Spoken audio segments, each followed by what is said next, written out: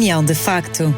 Sejam bem-vindos a mais um episódio do podcast União de Facto, um podcast sábado sobre a União Europeia. O meu nome é Catarina Caria e estou aqui todas as semanas para falarmos de Europa. Estamos a poucas semanas das eleições europeias, de 6 a 9 de junho, e hoje vamos falar de dois temas que serão estruturantes para o futuro da Europa nos próximos 5 anos: segurança e defesa e pactos de migração. Começo por apresentar a minha convidada de hoje, que de poucas introduções necessita. Ana Gomes, muito obrigada por estar connosco hoje. É um gosto. A Ana Gomes foi diplomata de carreira, é embaixadora aposentada e mantém um programa de comentário político semanal. Licenciada pela Faculdade de Direito de Lisboa, serviu na Presidência da República com o presidente António Ramalho Eanes, nas missões permanentes de Portugal junto das Nações Unidas em Genebra e em Nova Iorque e ainda nas embaixadas em Tóquio e Londres. Acompanhou de perto o processo de independência de Timor-Leste e serviu como embaixadora de Portugal em Jacarta. É militante do Partido Socialista desde 2002, cumpriu 3 mandatos como membro do Parlamento Europeu entre 2004 e 2019 e foi candidata à presidência da República Portuguesa nas eleições de 2021. Obrigada, Ana. Muito prazer, Catarina. Na gênese da União Europeia está um desígnio por garantir a paz na Europa. Mas parece-me que em Bruxelas segurança e defesa nem sempre tem sido a prioridade, talvez por ter sido relegada para a vizinha NATO. A Ana Gomes serviu na Comissão de Relações Externas como coordenadora do grupo SD, entre outras comissões, e trabalhou também a subcomissão de Direitos Humanos e de Segurança e Defesa. Ora, com o eclodir da guerra nos anos 90, na zona dos Balcãs, mas agora com maior ênfase recentemente, naturalmente, com a guerra à porta da Europa, há uma sensação de insegurança geral. Fala-se da criação do Pilar Europeu de Defesa na União Europeia, em reformas na política comum de segurança e defesa e até mesmo no Exército Único Europeu. Ora, eu pergunto-lhe que configurações deverá ter esta nova arquitetura de defesa europeia? Catarina, nos 3 mandatos que eu tive no Parlamento Europeu, eu, como disse, servi na Subcomissão de Segurança e Defesa, que para mim é o contraponto também o outro lado, digamos, dos direitos humanos. Por isso também, ao longo destes 3 mandatos, fui membro da Subcomissão de Direitos Humanos, ambas subcomissões da Comissão de Relações Externas do Parlamento Europeu. Eu acho que estes 2 aspectos estão ligados. Não há direitos humanos sem segurança e defesa, não há segurança e defesa sem respeito pelos direitos humanos. É isto que está inscrito nos valores universais, designadamente dos direitos humanos, mas também nos valores europeus. E eu fui justamente da opinião que a área da segurança e defesa era uma área deixada para trás na construção europeia, por vicissitudes várias, porque sabemos que digamos, envolve um último reduto da soberania nacional que os Estados, portanto, resistem a partilhar, mas o problema é que, de facto, não havendo um investimento europeu em segurança e defesa, também não havia um investimento nacional, e era isso que estávamos a ver exatamente no quadro NATO. As 2 organizações, NATO e União Europeia, são organizações distintas. Podem ser vizinhas lá em Bruxelas, na sede, mas são distintas. Uma é uma aliança militar, a NATO, enquanto que a União Europeia é muito mais do que isso. É um projeto de paz, é um projeto de partilha de soberania para um desígnio de paz, não só na Europa, mas no mundo, e de prosperidade partilhada, desenvolvimento económico, social, etc. E, portanto, um projeto de democracia e respeito pelos direitos humanos. E em 2004, quando eu entrei para o Parlamento Europeu, nós vinhamos de um período muito duro que tinha sido, em que foi posta à prova o direito internacional, com a invasão do Iraque por aquela, não era sequer a NATO, era uma coligação, a Coalition of the Willing, a coligação dos desejosos, digamos, dos interessados, que pôs em causa o direito internacional. Isso foi afirmado por muita gente. Lembro-me, entre outros, do secretário-geral das Nações Unidas da altura, Kofi Annan, o dizer. E isso tinha criado imensas divisões, e designadamente na Europa, onde havia, lembra-se, um secretário de Estado americano da Defesa, Donald Rumsfeld, era outro Donald, que dividia a Europa entre a velha e a nova Europa. Exatamente. E ao fim desse ano de 2003, tão dilacerante, mesmo dentro do quadro europeu, porque houve uns que alinharam na coligação dos interessados, digamos, nessa invasão do Iraque, e os que foram contra, mas ao fim desse ano a Europa reconhecia que não podia dividir-se, que também na área da segurança e defesa tinha um papel a construir, e foi por isso que logo nesse final desse ano de 2003 se construiu a primeira estratégia de defesa e segurança europeia, e se criou até uma agência de defesa europeia, que ainda existe. Exatamente. Bom, e que é hoje estruturante de todos os projetos de cooperação europeu, a nível europeu, na área da segurança e defesa. Eu entrei em 2004 e fui para esta submissão que se criava pela primeira vez, e devo dizer que foi extraordinariamente compensador fazer parte dessa comissão. Fartei-me de aprender. Eu vinha da Indonésia, Exato. Onde tinha sido embaixadora, tinha já lidado com o fenómeno do terrorismo lá, porque nós falamos muito do terrorismo por cá, mas os principais vítimas de terrorismo são muçulmanos, e às mãos de grupos que se invocam o Islão, mas de facto matam sobretudo muçulmanos, e portanto eu achei que tinha que, como deputada eleita, perceber de questões de segurança e defesa, e percebia que era exatamente o contraponto ou o complemento dos direitos humanos. Aprendi imenso, e o que eu aprendi foi que houve de facto sempre grandes resistências ao nível dos establishments europeus, governamentais, mas também dos próprios establishments militares, designadamente aqueles que se desenvolveram em torno da NATO, para permitir que se desenvolvesse um pilar europeu da defesa, que era um pilar europeu da própria NATO. A NATO teve os tais headline goals, que, por exemplo, que previam que se fizesse aquela contribuição cada Estado-membro, pelo menos 2% Exatamente. Do orçamento, mas ninguém cumpriu, poucos cumpriram, e não é por isso não ser um objetivo na NATO que de facto isso não foi cumprido. Eu hoje estou convencida que a única maneira de o cumprir é se avançarmos em forma europeia, em cooperação europeia.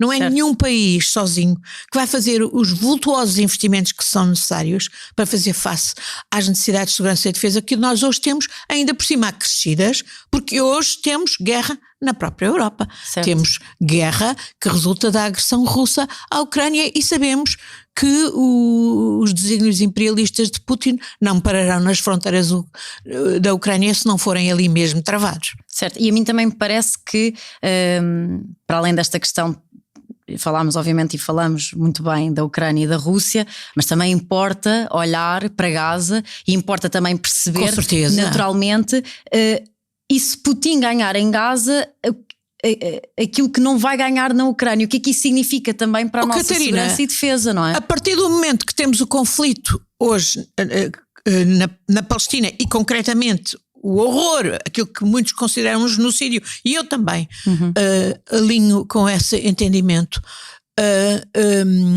isso já é pôr Putin a ganhar. Exatamente. Porque isso já é dividir recursos, desviar atenções, e é sobretudo fazer aquilo que Putin quer também com a agressão na Ucrânia, que é estrelhaçar o direito internacional. Não há regras, é a lei do mais forte que impera. Mas parece que só agora é que acordámos para isso. Estamos a correr atrás do prejuízo. Porque é que haveria tanta resistência para uma política comum em segurança e defesa? Não, bom, ao longo destes anos, apesar de tudo, foi-se fazendo alguma evolução, até teórica, e não só, também prática, na política comum de segurança e defesa, como uma das vertentes da política europeia externa, digamos. Mas e também no plano concreto, porque se conseguiu, por exemplo, fazer... Era uma ideia que era a NATO. Eu lembro-me, pai, em 2008, não imaginam o que foi o esforço no Parlamento Europeu para salvarmos o projeto Galileu, que é apenas um mecanismo GPS europeu.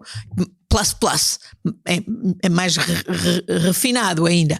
Mas nessa altura, por exemplo, os Estados-membros não queriam continuar a financiar o projeto Galileu, não queriam que a União Europeia financiasse o projeto Galileu a pretexto de que era um projeto que tinha duplo uso civil e militar e a União Europeia só podia tratar de coisas civis. Era a este nível que nós estávamos em 2008, com bloqueamentos, com tabus. Foi um verdadeiro combate que travamos no Parlamento Europeu. Eu fui uma das pessoas que travou esse combate. Mudarmos esta mentalidade. Para isso ser ultrapassado e para haver dinheiro europeu que pudesse sustentar não só o projeto Galileu, que era importantíssimo, que tinha que ir para a frente, que era essencial para a chamada, aquilo que hoje está na moda, a autonomia estratégica da Europa, sem que muita gente perceba o verdadeiro alcance disto, mas que era um conceito perfeitamente óbvio para nós nessa altura e que ainda mais óbvio se tornou a partir do momento que, por exemplo, fomos confrontados com uma presidência americana de Trump, que começou logo por dizer a NATO obsoleta. E, portanto, mais do que nunca era claro que nós tínhamos que investir na Europa da segurança e da defesa. E fizeram-se avanços. Eu lembrar-me, por exemplo, eu cooperei com a deputada, hoje nossa ministra Graça Carvalho, que tinha a responsabilidade do programa Horizonte 2020 no Parlamento Europeu, para se incluir em projetos pilotos da Agência Europeia de Defesa naquilo que podia ser financiado pelo programa Horizonte 2020. E dessa maneira ultrapassamos mais um tabu. E hoje há todo um projeto, um programa, e eu penso que as necessidades que são determinadas pelo apoio à Ucrânia, pela perspectiva de necessidades de defesa da própria Europa, sobretudo se eventualmente viemos a ter uma nova presidência Trump nos Estados Unidos, mas também pela consciência que de facto, se nós queremos um mundo em paz, a Europa tem que ser um fator de paz e de prosperidade e tem que ter o músculo, não ter ser só o gigante económico e não ter músculo militar não dá força política à Europa, não dá credibilidade à Europa, incluindo para impor o direito internacional. No caso específico de Gaza e da Palestina, eu devo dizer, essa é uma das grandes feridas da comunidade internacional, não só da Europa, mas muito visível na Europa. Eu entrei para o Parlamento Europeu em 2004 a identificar o conflito israelo-palestiniano como cancro das relações internacionais, porque já nessa altura o direito internacional estava em causa se de facto nós não tínhamos um Estado de Israel, mas não tínhamos ao mesmo tempo um Estado da Palestina. E como é que essas ideias foram recebidas? E eu aqui em Portugal, como diplomata portuguesa, tinha trabalhado bastante, até na presidência europeia, nas presidências europeias que Portugal teve, no processo de paz Médio Oriente, em que o objetivo era ter 2 Estados, e esse objetivo esteve ao alcance até que o primeiro-ministro Rabin de Israel foi brutalmente assassinado e a partir daí tudo descarrilou. Mas como é que, bom, o que eu vi no Parlamento Europeu e o que eu vi de facto a nível europeu é que há aqui uma fratura muito funda que tem a ver com as cicatrizes da Segunda Guerra Mundial, com tremendos sentimentos de culpas que alguns países têm, em particular a Alemanha, com a extraordinária capacidade de Israel para explorar esses sentimentos de culpa e para tolher os braços a alguns Estados-membros, incluindo em particular a Alemanha, e é isso que explica que, por exemplo, tínhamos visto esta cena horrorosa da senhora von der Leyen ao lado da Metsola em Israel, a falar apenas do hediondo ataque terrorista do Hamas de 7 de outubro e a desconsiderar completamente a questão palestina, a verdadeira negação dos mais básicos direitos humanos ao povo da Palestina, em Gaza e não só, mas em Gaza, isso é mais do que óbvio e evidente, era uma prisão a céu aberto, neste momento tudo indica que está a ser um campo de extermínio, até o próprio presidente Biden esta semana vem mostrar o seu alarme perante as intenções do governo de extrema-direita de Netanyahu, e é evidente que isto é devastador. E é estruturante. É devastador para o direito internacional, claro. É um verdadeiro ataque ao direito internacional, é uma verdadeira fratura que se agrava na comunidade internacional e que a Europa não esteja na linha da frente para, como já esteve no passado. Eu lembro-me da Declaração de Veneza de 1980, em que a Europa fez a diferença toda, sabendo justamente ultrapassar as suas próprias fraturas nesta questão israelo-palestiniana. Eu lembro-me do processo de paz Médio Oriente que foi lançado a partir da Conferência de Madrid em 1991. A presidência europeia que nós fizemos no ano 2000 fez um trabalho notável exatamente para o objetivo dos dois Estados. Porquê que agora é diferente? Regrediu-se porque no fundo essas fraturas estiveram sempre lá. Hoje temos uma série de governos, mesmo que não sejam de extrema-direita, no fundo sob uma agenda de extrema-direita, influenciados por ela na Europa, e temos um governo de Israel que não tem nada democrático. O país pode ser democrático, mas é um governo fascista, racista, que está a impor ao povo palestiniano os horrores que o próprio povo israelita sofreu, e é por isso que tantos judeus pelo mundo fora estão absolutamente indignados, estão absolutamente a dizer que não é em nosso nome, e não se deixam mais intimidar por aquele tipo de intimidação que era normal. Eu sofri isso no próprio Parlamento Europeu. Eu lembro-me de ter a certa altura, já em 2018 talvez, convidado o Omar Barghouti, que era o fundador palestiniano do movimento BDS, portanto, que visava impor sanções económicas e outras a produtos exportados por Israel, mas feitos com mão de obra palestiniana, como pressão política, e ter convidado os embaixadores de Israel e da Palestina para virem participar no debate no Parlamento Europeu, e ter havido um movimento de setores ultra-reacionários para me calar, para me silenciar, inclusivamente levando o próprio grupo socialista a, no meio da sessão, retirar o banner do grupo S&D, o que mostra de facto que este tipo de pressões não se exercem apenas na direita democrática, mas também vêm para o próprio campo do socialista e social-democrata europeu.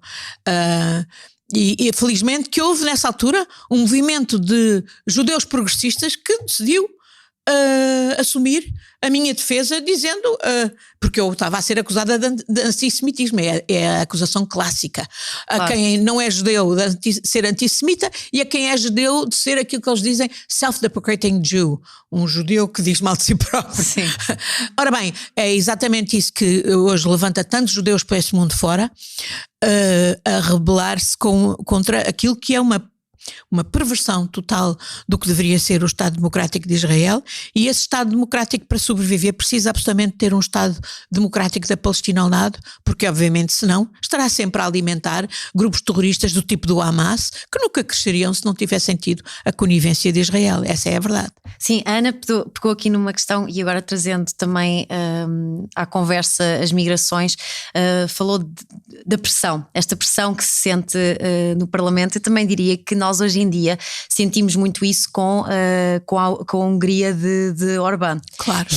E agora sabemos da presidência do Conselho Europeu, não é? No segundo semestre deste ano, e certamente que também a preocupa o que é que isto quererá dizer em matéria de migrações, porque sabemos que há uma predominância de ventos de extrema-direita e de visões bastante conservadoras quanto aos movimentos migratórios e à necessidade de regulação. O que é que isto quererá dizer para a Europa nos próximos 5 anos? Aqui houve também muita complacência nas instituições europeias, em particular da Comissão, e também não foram só. Complacência ou falta de garra? Complacência, no sentido de falta de fazer o que era preciso, e que estava identificado, olha, no relatório que o nosso deputado Rui Tavares fez sobre a Hungria em 2013.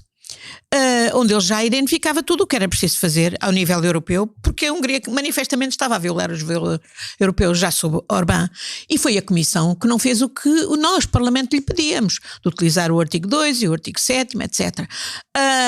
E não foram só comissários da direita, foram também comissários supostamente da esquerda. Eu estou-me a lembrar do comissário Timmermans, que várias vezes eu própria o apostrofei em reuniões da LIBE, sobre a Hungria e que nos dizia, bem, vocês Parlamento façam a Hungria, que eu trato da Polónia, quando nós já estávamos a ver que os mecanismos da Hungria perversos estavam a ser comunicados também à Polónia sobre o partido da extrema-direita, sobre o governo do partido da extrema-direita. Portanto, a Comissão tem muita complacência porque tinha poderes, tinha capacidades e não a quis exercer. Depois, claro que tudo isso se contaminou e nós vimos, e os partidos, na família política socialista há partidos absolutamente que só são socialistas ou sociais-democratas no nome, o de Fides, por exemplo. Eu via os deputados lá, que eram umas abéculas, que podiam estar na extrema-direita, não é? E no entanto estavam ali no nosso grupo político e nós, a maior parte de nós, estávamos a ser complacentes. Eu não estava, mas havia muita gente que estava a ser complacente. Sou da nossa família, calamo-nos. Não pode ser assim. Nós temos todos cabeça para pensar e é evidente que quando vemos comportamentos e posições que são manifestamente anti-europeias e racistas, xenófobas e contrárias aos nossos valores da nossa própria família política, não o devemos tolerar. Portanto foi esta complacência que levou a essa degeneração que vemos plasmada no último pacto sobre as migrações. Eu trabalhei numa versão do pacto de migrações que nós aprovámos para aí em 2018. Eram relatoras uma deputada sueca liberal, a Cecília Wikström, e a nossa socialista italiana Elly Schlein, uma brilhante jovem dirigente verdadeiramente socialista. E elas conseguiram, com um parlamento já muito tendencialmente à direita, mas conseguiram fazer um projeto de pacto realmente que correspondia aos valores europeus e a uma perspectiva correta de ver que a União Europeia tinha sobretudo que impedir todos os meios de continuar a alimentar as redes de traficantes de seres humanos. Direitos humanos. Nós temos estado a alimentar com esta política supostamente de regulação ou de Europa fortaleza, de travagem, digamos, dos movimentos de migrações, nós temos estado a dar o lucro às redes que infiltram os migrantes porque eles não têm vias legais e seguras de aceder à União Europeia e querem vir à União Europeia e isso é uma medida do nosso próprio sucesso. Eles não querem ir para a China nem para a Arábia Saudita, não obstante serem países riquíssimos, porque sabem que aí não têm direitos nem reconhecimento nem oportunidades com dignidade. Eles querem vir para a União Europeia para melhorar as suas condições de vida e a União Europeia precisa de gente jovem. Vários países como o nosso estão envelhecidíssimos, precisam absolutamente de migrantes. Portanto, a questão não é impedir as migrações, até porque é impossível. Regular, é controlar e não deixar esse controlo, como hoje acontece, às redes de traficantes de seres humanos, que isso está a acontecer no acesso de muitas pessoas, quer a países como a Itália ou a Grécia ou a Espanha, ou quer aqui a Portugal hoje em dia. Porque de facto o sistema está desregulado, foi desregulado e não devia ser regulado. Devia haver meios das pessoas e termos meios para atender as pessoas que querem emigrar para Portugal, devia haver meios para ajudar essas pessoas chegadas a Portugal a terem condições de decência para se integrar na nossa sociedade, aulas de português, alojamento decente e sobretudo respeito nas condições laborais. Quaisquer empregadores que fossem encontrados a violar direitos humanos básicos de cidadãos migrantes deviam ser exemplarmente punidos e é evidente que era preciso fazer todo um esforço, mas até há dinheiro nacional e há sobretudo dinheiro europeu. Não tem havido a capacidade de organização. Eu acho que aí temos muitas responsabilidades e a situação hoje é bastante grave. Eu acho que nós socialistas que estivemos no governo nos últimos 8 anos temos que pôr a mão na consciência e ver que muito bem intencionadas que fossem as mudanças que se introduziram para designadamente desmantelar o CEF e substituí-lo por agências alternativas na parte da regulação, não lhes foram dados a tempo e horas os meios para que elas pudessem funcionar e hoje temos 400 mil casos de atraso, que é obviamente uma receita para a indignidade, para a violação dos direitos humanos, para uma situação que é explorada. É uma bandeira que oferecemos à extrema-direita para explorar contra a democracia em Portugal e na Europa. Exatamente, sim. Eu acho que isso vai, e nós estamos um bocadinho apertadas de tempo, mas realmente este pacote legislativo recentemente aprovado pelo Parlamento Europeu não cumpre. Não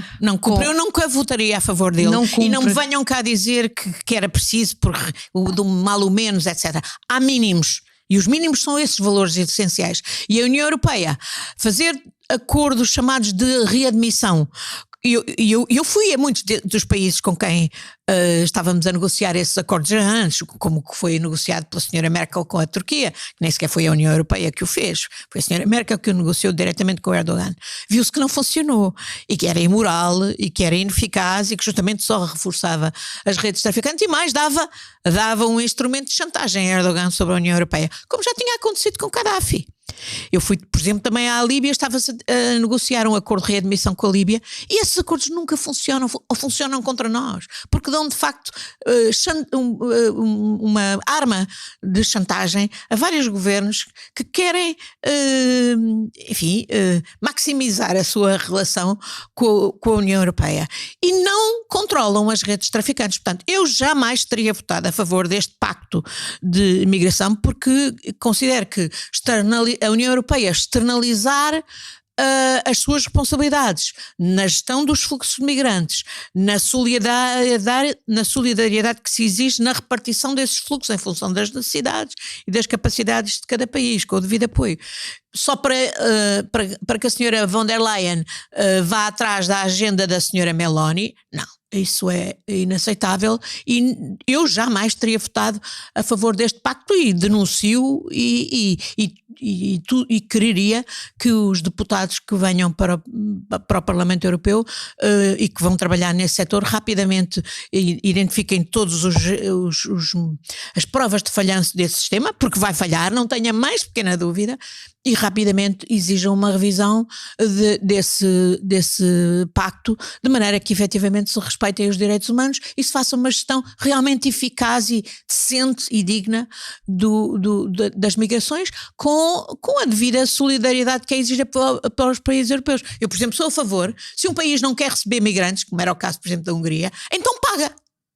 Exatamente àqueles que podem e devem recebê-lo e que têm que ter mais fundos para terem capacidades de integração decente desses mesmos migrantes. Ana, e muito rapidamente peço-lhe 1 minuto ou 2, e porque somos nós que escolhemos os próximos deputados que trabalharão esta pasta, porque é importante votar nas eleições europeias?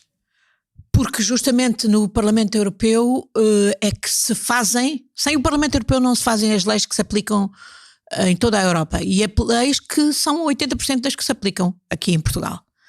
É no Parlamento Europeu que se fazem as leis que depois aqui só são transpostas. Mas é lá que elas se fazem e nós precisamos de deputados e deputadas capazes, que vão à luta, que percebam, que sabem interpretar o que são os nossos interesses nacionais e integrá-los no que é o interesse europeu e moldar o interesse europeu por aquilo que são também as nossas perspectivas nacionais, sem deixar de fazer avançar, pelo contrário, fazendo avançar o projeto europeu nesse sentido de ser um projeto de paz e prosperidade. E neste momento em que temos tantos países, porque a Europa em muitos aspectos, designadamente no plano social, falhou, deixou-se tomar por políticas neoliberais do plano económico que secundarizaram os aspectos sociais. E é isso que criou ressentimento em vários povos europeus. E é isso que explica que tantas forças de extrema-direita usem todo o tipo de argumentos, mas sobretudo se baseiem no ressentimento de setores amplos da população para avançar politicamente. E nós temos que saber dizer a todos os povos, se queremos continuar com esta Europa, projeto de paz, e melhorá-la, porque não podemos ser beatos da Europa. A Europa é sempre um projeto que pode melhorar e em relação a ele devemos ser críticos, então temos que dizer que não podemos de maneira nenhuma aceitar uma Europa que seja controlada por forças de extrema-direita racistas e fascistas e nazis, em alguns casos mesmo, que querem destruir o projeto europeu, que querem destruir a democracia na Europa. Muito obrigada, Ana, por esta nota final. Já sabem, todas as semanas um olhar crítico, informativo e simplificado, sem tretas e sem gravata, para a União, de facto. Obrigada. União de facto.